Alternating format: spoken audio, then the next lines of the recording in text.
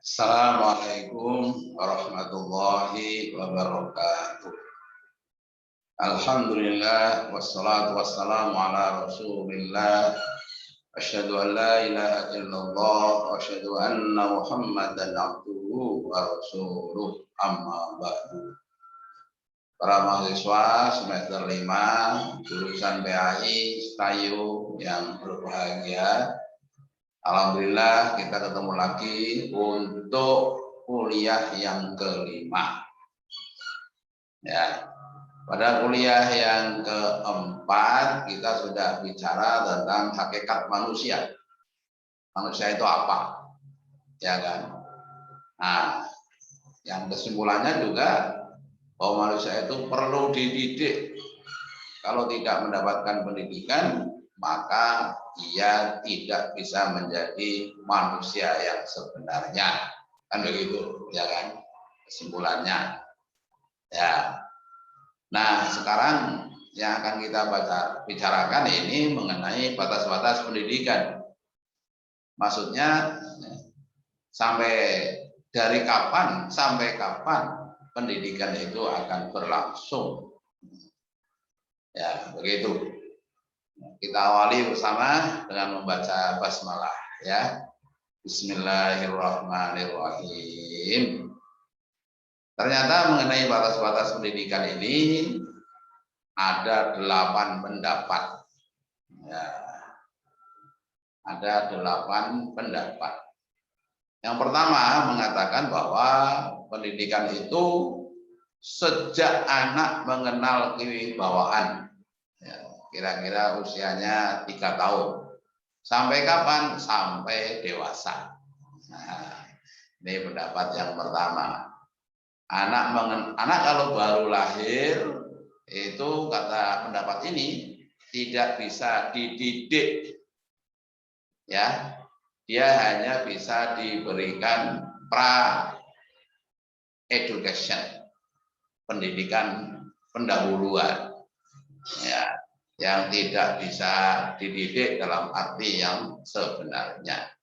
Anak kalau kurang dari 3 tahun, kata dia itu hanya bisa diberikan kebiasaan-kebiasaan saja, dressur, pembiasaan saja.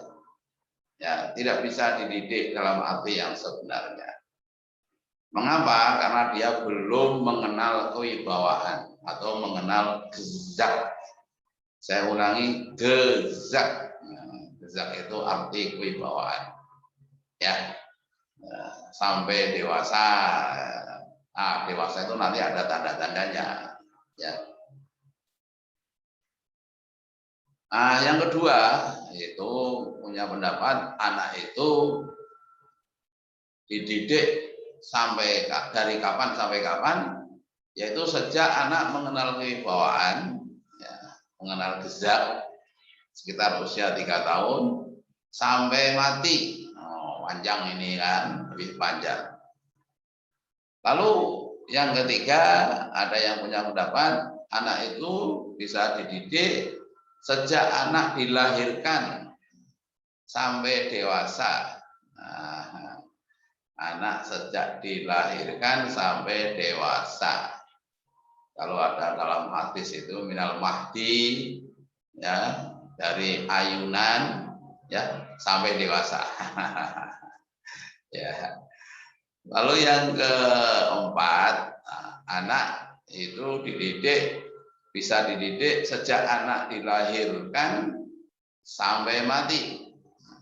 Minal mahdi ilal lahdi, ya, sampai mati.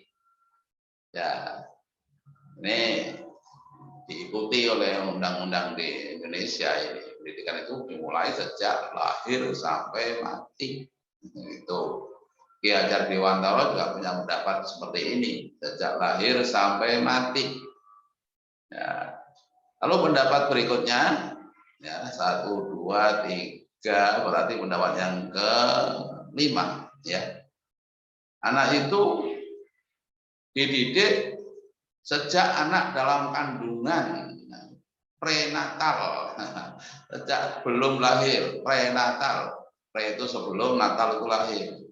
Ya, jadi masih dalam kandungan. sampai dewasa.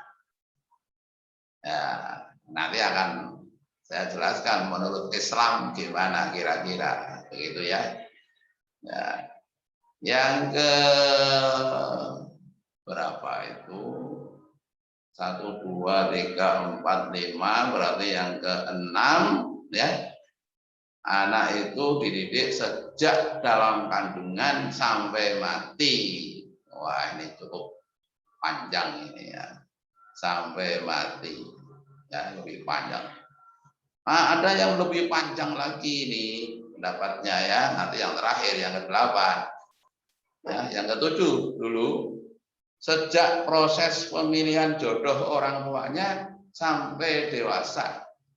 Jadi orang tuanya ini anaknya belum ada, ya di kandungan pun belum, tapi sebenarnya sudah mulai proses pendidikan untuk anaknya itu. Dalam hal ini untuk calon anaknya, yaitu sejak orang tuanya memilih jodohnya. Calon bapak dengan calon ibu baru ketemu itu sebenarnya sudah mulai proses pendidikan di situ untuk anaknya nanti, ya. Sampai dewasa. Lalu yang ke-8 ini ya, sejak proses pemilihan jodoh orang tuanya sampai mati. Wah, ini yang terpanjang ya, yang terpanjang sampai mati. Sekarang timbul ya pertanyaan nih ya, buat kita, ya kan? Ya, buat kita ini timbul pertanyaan. Ya. Menurut pendidikan Islam mana nih? Menurut konsep pendidikan Islam kira-kira mana? Ya, ternyata ya ini setelah saya baca-baca baik hadis ya maupun ayat Al-Quran gitu, ternyata pendidikan itu dimulai sejak proses pemilihan jodoh orang tuanya sampai mati. Jadi seperti kamu-kamu ini yang belum mendapatkan jodoh, pada hakikatnya sudah mulai memproses pendidikan untuk calon anakmu nanti, walaupun jodohnya belum ketemu, ya kan? Ini sudah mulai proses pendidik. Oke, ini dalilnya ini ya, sabda Nabi SAW. Ini bukti bahwa Islam itu prosesnya sejak memilih jodoh itu di sini. Nabi bersabda, ya, ini hadis riwayat Bukhari dan Muslim, artinya muttafaq alaih. Tungkahul mar'atu li arba'in, ya. Wanita itu dinikah karena 4 hal. Pria itu dipek mantu, begitu ya, karena 4 hal. 1, 5 liha, karena hartanya. Ya, jadi kalau bisa dari istri atau kamu yang wanita dari suami itu karena yang kaya, yang kaya. Yang kedua, wali hasabiha, karena perhitungannya termasuk keturunannya. Nah, di sini termasuk nanti pendidikannya, termasuk usianya. Nah, ini hisab itu di sini ya. Asal itu perhitungannya. Memang ada teks hadis yang bunyi wali nasabiha, bukan wali hasabiha. Ya. Yang ketiga wali jamaliha, ya, karena kecantikannya. Yang laki-laki ya karena gantengnya, tampannya. Sehingga kalau diajak berjalan itu ditanya orang ini garwane pun Mas, iya mantap jawabannya karena memang cantik, karena memang gagah. Yang keempat walidiniha, karena agamanya. Ini 4 hal ini ya. Syukur keempat-empatnya, ya kaya, ya keturunannya orang bagus, ya darah biru misalnya, ya cantik, agamanya bagus, keempat-empatnya kalau bisa. Cuman biasanya kalau ada wanita yang memenuhi 4 syarat ini, ya sayangnya muncul yang kelima, Pak. Nggak mau dipek jadi istri dia. Ya kan? Ya sudah, paling tidak kata Nabi, far bila titik, dahulukanlah yang karena agama. Taribat yadak, niscaya tanganmu akan beruntung, akan berdebu. Maksudnya berdebu itu beruntung di sini. Oke, itu hadis Nabi ya, sangat bagus sekali ini untuk jadi pedoman bagi kamu-kamu yang belum dapat jodoh ya, untuk mencari jodohnya ini. Ya, ini ada pesan Nabi buat para orang tua ini ya. Idza ja'akum, kata Nabi, apabila datang kepadamu wahai para wali orang tua, man anak muda, man orang tardona yang engkau sukai, dinamu agamanya, wa khuluquhu dan akhlaknya, fazawwijuhu maka nikahkanlah dia dengan anakmu. Illa taf'alu, jika tidak kamu lakukan itu, takun fitnatan maka akan ada fitnah fil ardi di muka bumi, wa fasadun aridun dan kerusakan yang besar ya, yang tersebar luas, wa fasadun aridun. Ini pesan untuk para wali sangat bagus sekali ya. Ini perlu diperhatikan. Nah, dalam Islam itu tegas ini ya. Tidak halal mengawini orang musyrik atau orang kafir. Ya, wanita Islam tidak boleh menikah dengan selain laki-laki Islam. Tidak pantas kawin dengan pezina.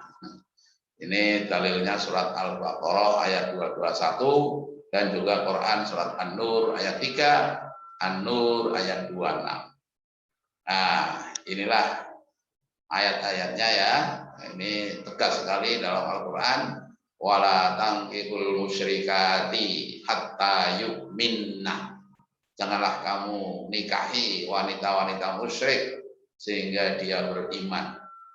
Wala amatum mu'minatun, ya, budak yang beriman, khairun lebih bagus min musyrikatin daripada wanita musyrik.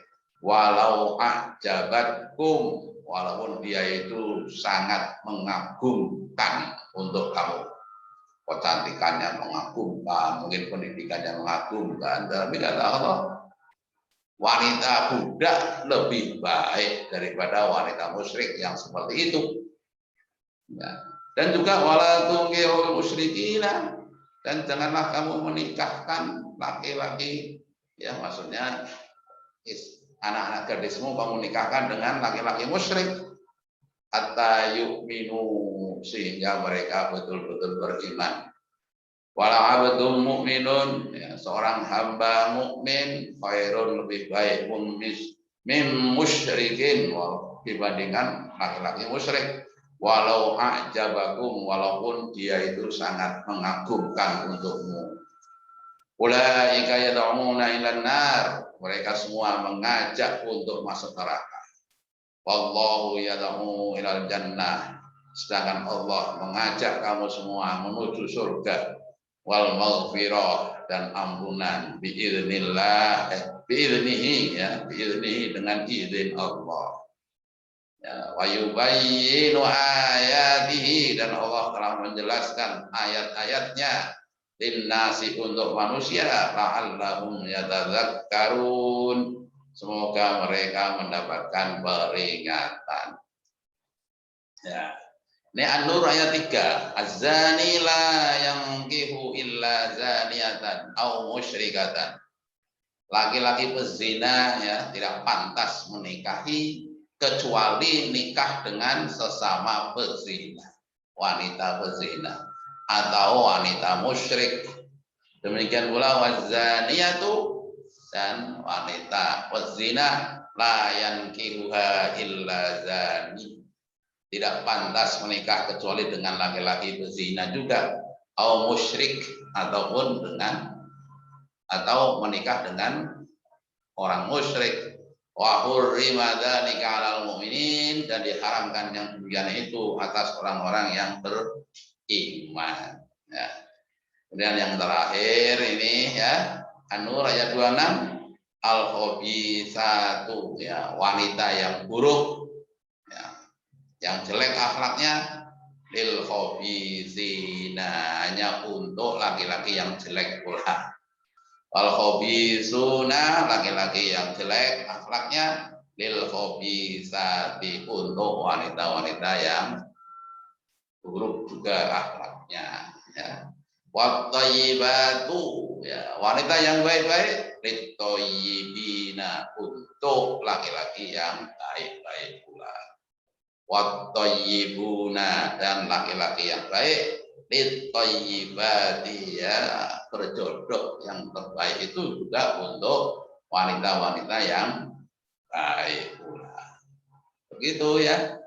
Ini penting sekali, jadi tegas sekali bahwa ya, dalam Islam itu pendidikan itu dimulai, ya, sejak proses pemilihan jodoh sampai nanti berlangsung meninggal dunia. Itulah ya proses pendidikan. Saya kira ini bagus sekali ya buat kita pahami bersama. Gitu ya. Ya, saya kira kuliah kita cukup sekian. Ya, nanti kita lanjutkan dengan masalah yang berkaitan dengan unsur-unsur pendidikan. Ya, pendidikan itu begitu ya. Oke, dan kita akhiri bersama dengan bersama-sama membaca hamdalah. Alhamdulillahirabbil alamin. Wassalamualaikum warahmatullahi wabarakatuh.